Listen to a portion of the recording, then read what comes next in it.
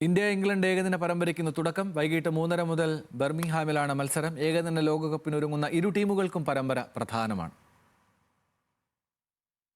ഇംഗ്ലണ്ടിനെതിരായ 2020 പരമ്പരയിലെ തോൽവിക്ക് പിന്നാലെയാണ് ഇന്ത്യ ഏകദിന പരമ്പരയ്ക്കിറങ്ങുന്നത്. അടുത്ത വർഷം നടക്കുന്ന ഏകദിന ലോകകപ്പിന് ഒരുങ്ങുകയാണ് ഇരു ടീമുകളുടെയും ലക്ഷ്യം. 3 മത്സരങ്ങളാണ് പരമ്പരയിലുള്ളത്.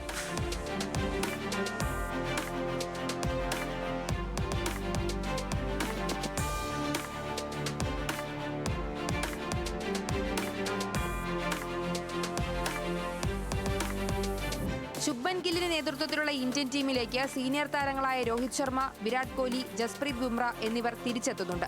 മധ്യനിരയിൽ ശ്രേയസ് അയ്യർ, വിക്കറ്റ് കീപ്പറായി KL രാഹുൽ, ഓൾറൗണ്ടർമാരായ അക്ഷർ പട്ടേലും വാഷിംഗ്ടൺ സുന്ദറും ടീമിലുണ്ടാകും. ബുംറയ്ക്ക് പിന്തുണയായി അർഷ്ദീപ് സിംഗും പ്രസീദ് കൃഷ്ണയും പേസ് ആക്രമണത്തിന് നേതൃത്വം നൽകും. ന്യൂസിലൻഡിനെതിരായ പരമ്പര നഷ്ടമായി ഇന്ത്യ അഫ്ഗാനിസ്ഥാനെ തോൽപ്പിച്ച ആത്മവിശ്വാസത്തിലാണ് ഇംഗ്ലണ്ടിലെത്തുന്നത്. ലോകകപ്പിനുള്ള ഏറ്റവും മികച്ച പ്ലേയിങ് 11 കണ്ടെത്താനും ഈ പരമ്പര നിർണായകമാണ്.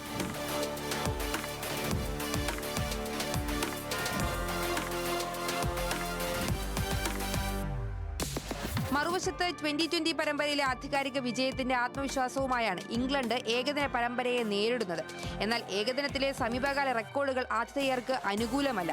2023 ലോകകപ്പിന് ശേഷം കളിച്ച 8 ഏകദിന പരമ്പരകളിൽ 6 എണ്ണവും ഇംഗ്ലണ്ട് തോറ്റു. അവസാന 5 ഏകദിനങ്ങളിൽ 2 എണ്ണത്തിൽ മാത്രമാണ് ഹാരി ബ്രൂക്കും സംഘത്തിനും ജയിക്കാനായത്.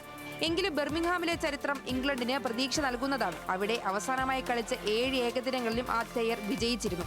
2020 നിരാശയ്ക്ക് ഇന്ത്യ മറുപടി പറയുമോ? അതോ സ്വന്തം മൈതാനത്തെ ആധിപത്യം ഇംഗ്ലണ്ട് തുടരുമോ? ലോകകപ്പിന് മുമ്പുള്ള ഈ പരീക്ഷണ പരമ്പര ഇരു ടീമുകൾക്കും നിർണായകമാണ്.